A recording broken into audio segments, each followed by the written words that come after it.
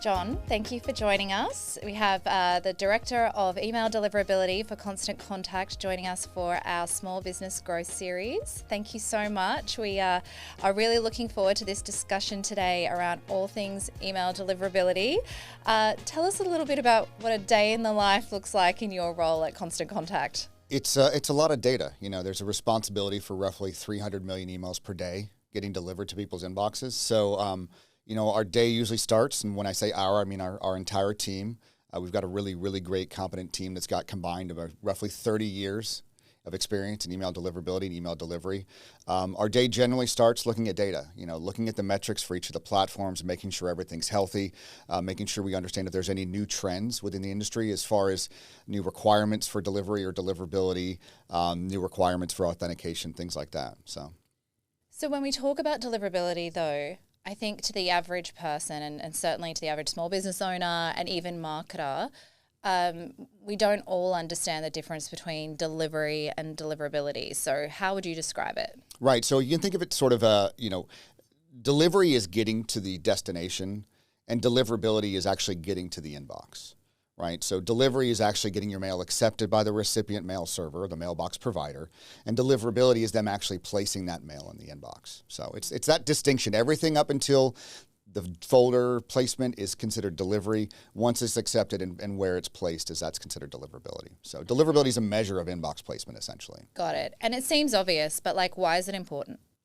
Well, it's important because you want people to have eyes on your content, right? If emails don't actually reach their intended recipients, then your job is sort of, to an extent, frivolous, right? So the whole idea is if you want to just send something out in the ether and hope someone will listen, that generally doesn't really work from a marketing and sales perspective. You want an attentive audience. So if you want to get it in front of someone, the inbox is where you want your email messaging to go. So. Yeah, you spend all that time putting together and crafting like this beautiful email and crafting, excellent content that you think is really going to resonate. And if it doesn't end up actually landing in the inbox, obviously that means that the message isn't getting heard. So we're pretty proud of having at Constant Contact a 97% email deliverability rate.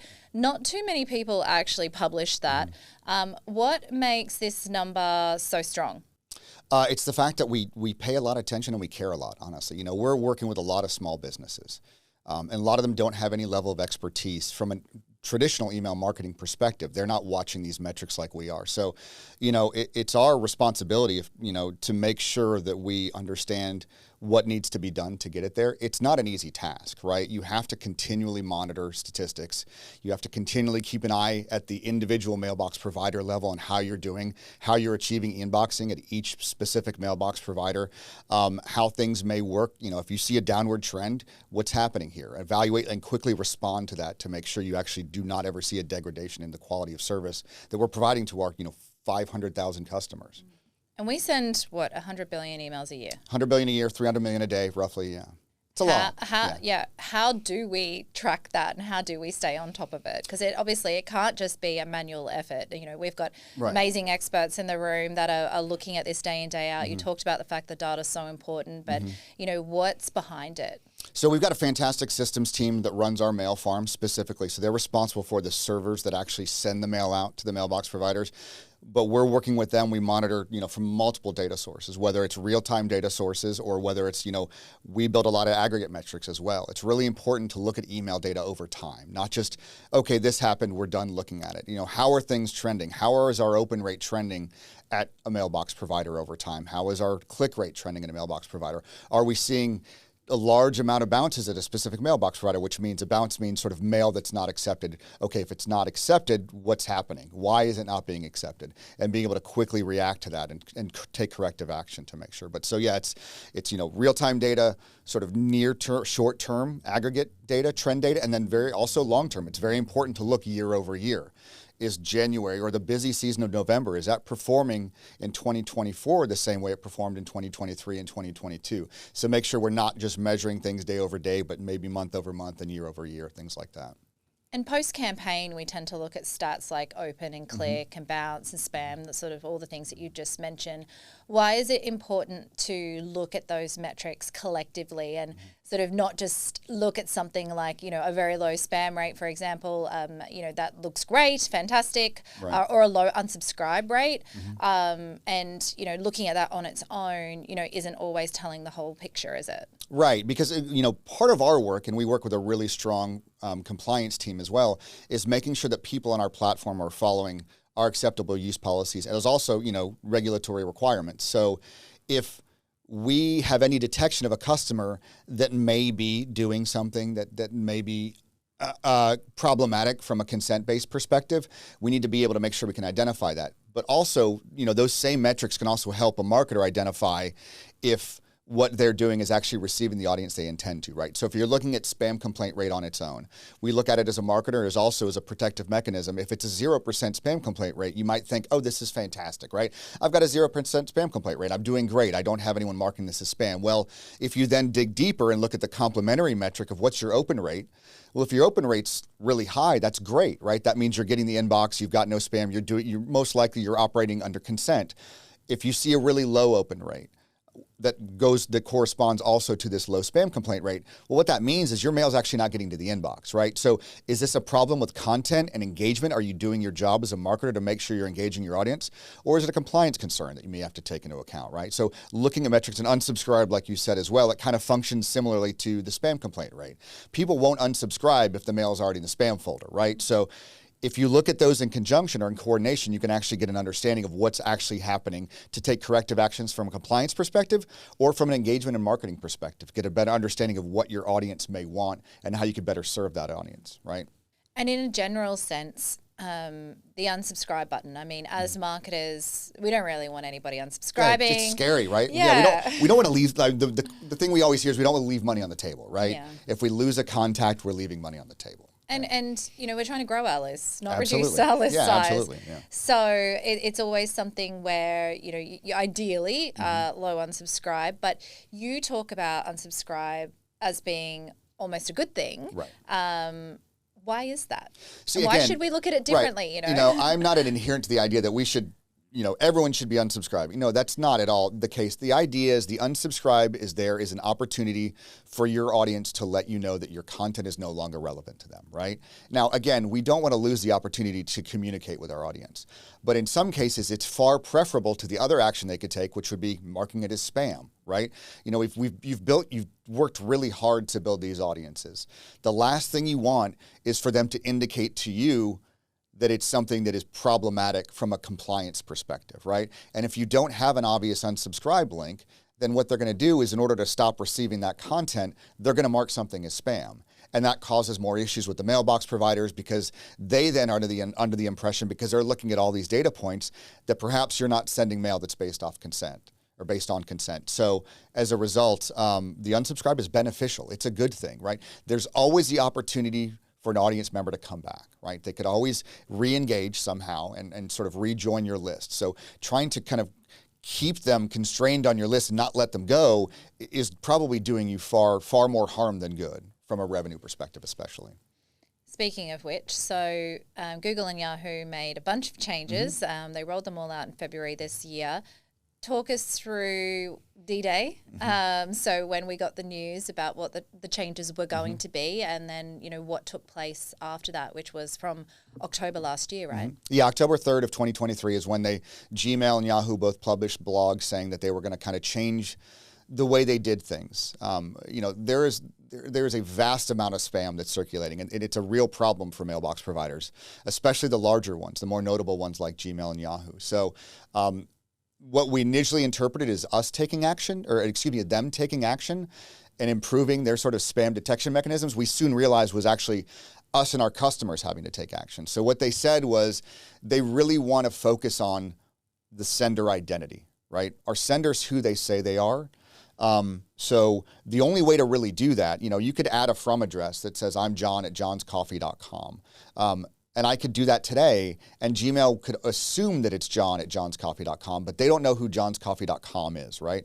So within sort of the background of the email itself, you have what's called a DKIM domain, right? It's a domain.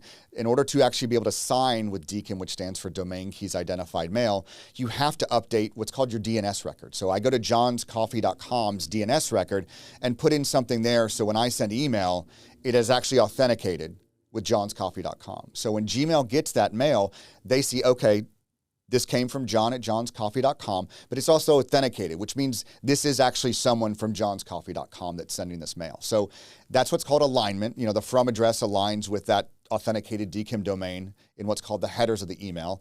So Gmail can attribute an identity to that mail. They can know that it's actually someone from johnscoffee.com or someone has access to the domain johnscoffee.com. So that was kind of the first thing that they focused on. Now that they've got an identity, this is kind of the requirements came out for bulk mailers, right? Which a lot of our customers fall under what's considered a bulk mailer. So now that I've attributed an identity to a sender, they can now sort of start asking that sender to spend a little time to make sure that someone's not trying to pretend to be them, right? It's a big problem for large brands. I'm sure you've gotten emails that have tried to pretend to be, a large transport or transportation or sender like UPS or DHL or something like that. Yeah, it's a real problem in Australia with the banks and people also trying to impersonate the ATO or Australia Post, all these sort of legitimate sources where it might make you get a sense of urgency to click on that link and reply. So I can see how cleaning it up in terms of trying to authenticate and avoid people being able to, I guess, impersonate others from an email perspective. That helps the end consumer, right, at the end of the day. Oh, absolutely. But it definitely creates some challenges, I guess, for marketers and small business owners trying to get their head around all of this stuff. And so all these changes happen, and then at Constant Contact, obviously, there's a lot of people scurrying around in the background trying to, make the changes necessary and really educate our customers as well. I mean, what did all of that look like? It looked like a lot of work from a lot of different teams. I mean, it was a pretty, to be quite honest, it was a very impressive, coordinated effort. From an engineering perspective, from a product perspective, from a customer lifecycle marketing perspective, from a customer communications perspective, from a knowledge base article perspective. So we had a lot of teams. Tara Natanson on my team was working tirelessly with the knowledge base team to making sure, and also doing webinars to make sure that our customers were well informed by these changes. I mean, for a small business sender that doesn't generally have to think about their identity from a DNS or from a domain perspective, it was a huge change. And trying to educate them and understand why they needed to go put these records in their DNS provider, their DNS records, so that they could actually send from our platform and authenticate with their own domain. It was a lot of work. And to be quite honest, getting it done by February 1st, especially given the fact that they told us in October, and guess what happens in November and December? It's the busy season for email sending. So, we're focused on testing and making sure that our platform can handle, which, obviously it can, but making sure that we've got the redundancy required to make sure that we send everyone's mail during the really critical times of the year. That on top of having to engineer all these changes to make sure we accommodated what the changes that Google and Yahoo are requiring was a pretty tall task. And to be quite honest, and I'm sure everyone at the company is extremely proud of the fact that we actually made it by February 1st. I think we are only one of the very few companies that not only did what we needed to do from a platform perspective, but actually got all of our customers in a really good spot to make sure as of February 1st, we sent 0 unaligned, unauthenticated mail. What happens though if there are customers or there are people out there who aren't with Constant Contact that haven't got the authentication or haven't sort of gone ahead and done all of the work around DKIM? I mean, what happens if you just don't do it? Right. So basically, the way it was set up is it was a rollout by Google and Yahoo. Right. It was February 1st was the rollout. The intent was that if you were not aligned or not authenticated, eventually your mail just wouldn't get delivered. Right. Because again, it's not worth their time and resources to deliver mail by people who they don't know, they can't attribute some identity to, right? And so basically that's why we took the initiative as a business, right? And this went to the executive level. We all understood the importance of making these changes for our 500,000 customers to make sure that there was no disruption in their service whatsoever. So, but yeah, no, it's unfortunate. There's probably people that are trying to send mail and it's getting bounced back. It's getting an unauthenticated mail bounce that's from Gmail or Yahoo saying, sorry, this is the way the world works now. In order to send it us, we need to know that who you are, and that requires some sort of DKIM authentication. So. And part of the incentive for this as well is that they're going down a don't accept spam sort of route, Right. And what does that mean though? Right. So, one of the benefits of being able to say you are who you are is now Gmail can attribute all of that traffic to your domain, right? And once they can do that, they can then better identify who the spammers are, right? And spam is not necessarily nefarious phishing email. Spam by definition is mail that's sent without consent, right? So if their customers, because that's what they're doing at the end of the day, they're there to serve their customers. So if their customers are saying at some percentage level, generally the threshold is 0.3 that they're saying, are saying 0.3% of the mail that's being sent to our customers at Gmail is spam, they can determine to not accept that mail, right? Because that's an unacceptable threshold as far as they're concerned. And now that they can attribute an identity to the sender, they can say, okay, mail from this sender we're not going to accept, right? But conversely, they also have now made it easier for those folks that are authenticating appropriately to go into the Google Postmaster tools and actually see what their complaint rate is, right? Now, obviously, if you're a sender and you've got consent, but you start to see an increase in complaint rate, you may start to take a step back and say, why are they complaining? Why are they marking this as spam? Have I been obfuscating an unsubscribe link or something like that? Have I been sending content that is not really along the same lines that they may have signed up for in the first place? So it's giving us Gmail's also giving us the visibility into what our customers are saying at the Gmail side. And you've spoken before about, now we have more targeted metrics at a provider level, right? So what does that mean to the sort of everyday marketer or business owner? Right. I think what it comes down to is, paying attention to more targeted metrics. I've always, in my role, and a lot of us in the industry, has spent a lot of time looking at open and click rates, not just across the platform, but also how are we doing at each individual mailbox provider? How is each specific customer doing at each individual mailbox provider? And I think a lot of this conversations around identity and why it's important for individual mailbox providers has allowed us to have conversations with our customer base to say, let's start looking at a more granular level. Let's start understanding how our mail is being received at specific mailbox providers. So splitting open and click, all the engagement metrics we call them, splitting them out by specific mailbox provider to get a better idea of, is there an issue at a specific mailbox provider, which for us at the platform level is very, very important, right? If I see a degradation in open and click rate across all of our customer base at, say, Hotmail or something like that, I immediately want to jump in there. I want to see if it's something that's caused by us. Maybe there's a Hotmail outage, but so that it empowers me to be able to do my job more effectively by splitting out these metrics by mailbox provider, but it also empowers senders to be able to split them out. Is there something that maybe there's something in their content that's running afoul of a small mailbox provider content filter or something? So looking at those metrics, looking at deliverability metrics by sort of mailbox provider, I think is very, very beneficial from a really advanced marketer perspective, right? We don't expect every marketer to have the tools and the wherewithal to want to do this, but for advanced marketers, it tells a much more refined story of how things are going for you. And we've got more detail now at the bounce level too, don't we? Like how should we be paying attention to that, and what does it all mean?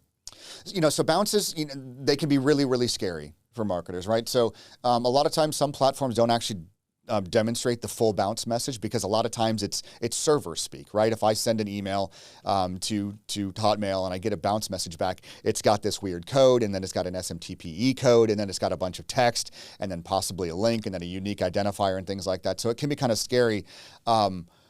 What we're doing at Constant Contact is making sure that we're categorizing those bounces correctly so that our customers do have that insight without scaring with the actual abstract details that may be within that bounce message. But if you do have access to those bounce messages, Google and Yahoo have actually been, like I said earlier, they're being more specific in why the mail wasn't being delivered, right? Bounces are an indication if your mail wasn't delivered, it's the server's response to kind of give you some insight into why was it not delivered. So paying attention to those and having the greater level of specificity that's now being provided by Google and Yahoo, I think is great, right? Especially in people in my role, that we can look through the mail logs, on a daily basis, if not hourly basis. We're tracking our bounce logs. We're looking for any spikes, any sign of some issue at a customer or at a platform level, and we're able to quickly, jump into the log data and see what's happening. And because of the better language that's being used now, the more consumable language, it allows us to identify issues at the customer or the platform level a lot quicker. In terms of, though, aside from sort of waiting for this feedback to come in post campaign, and then seeing bounces, seeing that feedback, and then really having a look at the metrics and making some good decisions there for improving quality. What can people do better, like to be more proactive, you know, in light of all these changes, and how much stricter things are in terms of identifying yourself, but also making sure that there's consent. Right. So that, you know, this is this weird, you know, it's sort of a strange phrase, but garbage in, garbage out, right?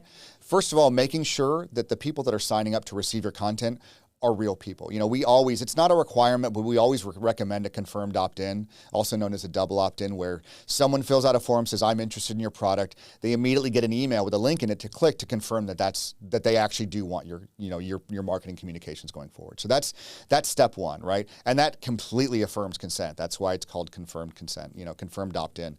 Other than that, if you're not taking that step, making sure that you're looking at the data that comes in, right? There are nefarious actors out there that for various different reasons, that could be a whole other podcast, try to submit legitimate addresses to forms, right? It's called list bombing or form stuffing or bot form fills, things like that.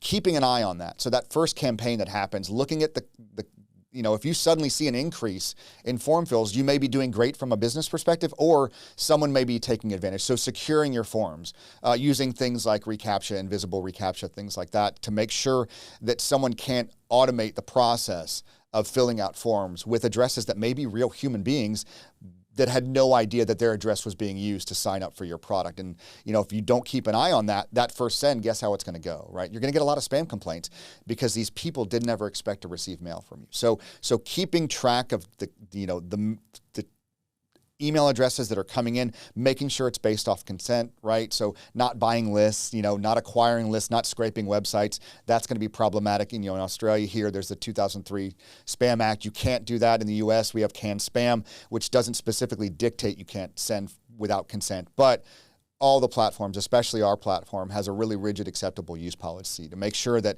anyone on our platform is sending with consent to their recipients, not only because it's the right thing to do, but because also it degrades the service if we allow that, right? We need to have a really robust, really quality service to provide this 96, 97% deliverability rate.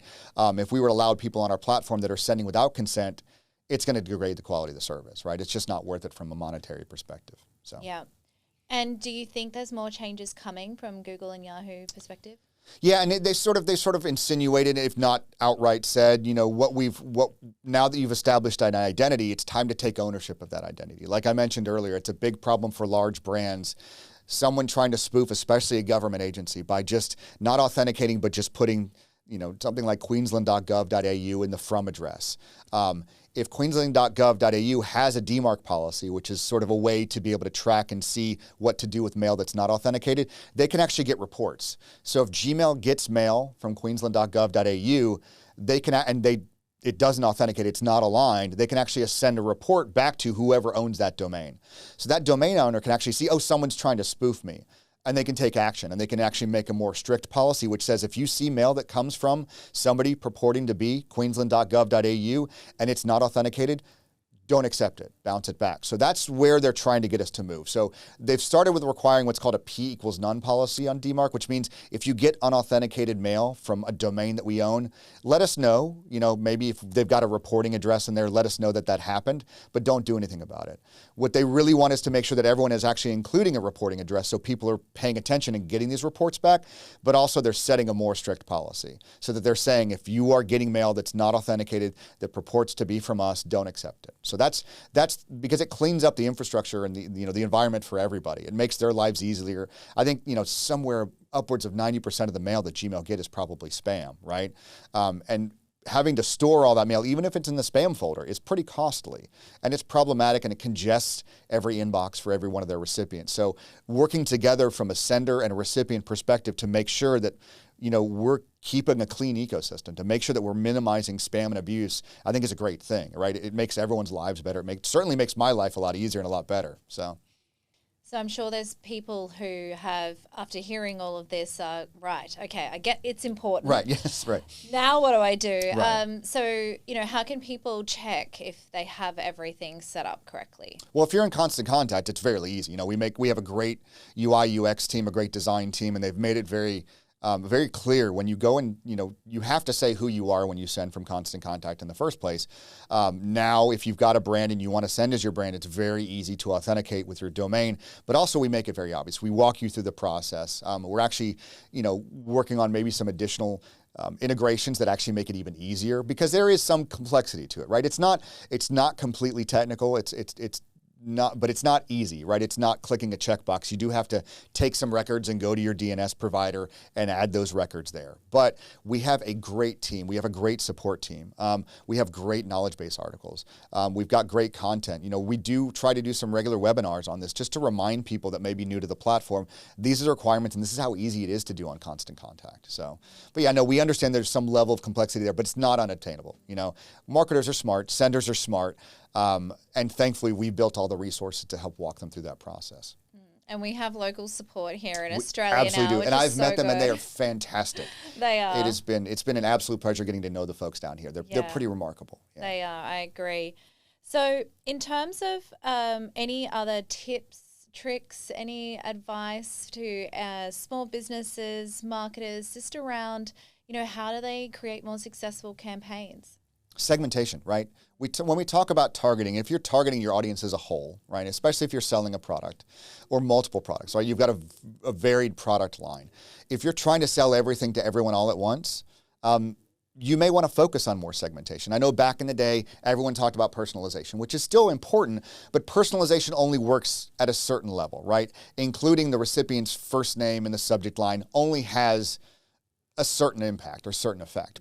And that's the basics, right? Right, we should all be doing the basics. Let's get a salutation going. Sure, absolutely. And make sure it's relevant content as a whole. But personalization, the expectations of the recipient have changed, right? People are expecting that they know it's a bulk email, right? Absolutely. No one's thinking someone's sitting there. They're not being fooled. But their expectation is you're not going to send anything to me that's not relevant to me, or I should at least see something that you've taken the effort and the time to make this relevant to me. So I think that the expectations have changed at the market, and so we've all had to quickly evolve, and things like dynamic content become really important then. Absolutely. Yeah, absolutely. Yeah. And you can't do that without good data in the back end. Like if you haven't segmented your list and be able to understand, okay, well, this person, is relevant in this space because they either came from this, event, for example, or they live in a certain part of Australia, and therefore this is a more relevant piece of content to them because they're in regional Australia. So we'll use this content as opposed to something that might be a little more CBD like, and then it's you don't feel like you're speaking to me as the end consumer. Yeah, considering attribution, right? Like you said, did they come in through an event? Okay, now you don't just suddenly send them every single live event that may be happening. Focus on events that may be relevant to them. That's the great thing about the Constant Contact platform is the segmentation tools. One thing that's not often spoken about is also segmentation from an engagement perspective, right? We do have in our platform a way to segment to this is my most engaged audience and this is my least engaged audience, right? The folks that are engaging on a regular basis, meaning they're opening and clicking through your calls to action, you can speak to them differently than the folks that don't seem to be receptive. They signed up maybe 6 months ago, maybe they interacted with the first couple of emails they got, but recently they haven't been engaging, right? So their engagement level has kind of gone down. Considering them as a separate entity to re-engage those recipients, to make sure that you're creating content to try and bring them back into something, again, at the end of the day, we're looking for sales, or, we're looking for a voice, we're looking for, reception of our message. And if you've got an unengaged audience, it doesn't mean you forget about them. It just means you sort of think more about what they may want to see. Look back at the data, look back at what they did interact with, and try and make sure that your messaging is relevant to them. Because if it's not relevant, the last thing you want is for them to unsubscribe, because then you lose them as a contact. Or worse, again, like we spoke of earlier, click the spam button because it's no longer relevant content. So segmentation is key. Yeah, we've done a little bit of analysis in Australia for our Australian customers, and Friday is definitely the best day to send an email campaign in Australia. I don't know actually how it changes for the US, but certainly Friday's here. So that's a hot tip there. Send emails on Fridays. They get the best engagement rate. And we talked a little bit about content as well. And there's lots and lots of talk about ChatGPT, and you have to be living under a rock to not have, heard about ChatGPT and generative AI and how it all works. And we've obviously done some pretty cool things in building it into the platform. But how can, you incorporate something like AI and then, automation and then say, oh, we're still being personalized and human when it comes to communicating, because we know those two things are really important when it comes to engagement. Right. But then we've got these cool tools, are we jeopardizing engagement and things like, people clicking the unsubscribe or spam rate if we start relying on tools like AI? No, I think, I think it absolutely makes the endeavor a little bit less painful, right? I'm not a writer. I've never ascribed to be a writer. I know a lot of fantastic copywriters, when they go in there creating content, having something that you can quickly put in key points that generates legible, if not really engaging content that you could then make simple edits to really cater your message is fantastic, right? We all work very, very hard, and anything we can do to sort of minimize the amount of effort we have to put into creating content is fantastic. Now, to be quite honest, I was very reticent when I heard about the idea of bringing some things like, AI tools into content creation. But as soon as I saw that first demonstration, to an extent, I was blown away. It's pretty impressive, especially for a small business owner. A lot of our customers are less than 20 employees. I know 98% of businesses in Australia are 20 employees or less. You don't have people that can spend all day long creating copy.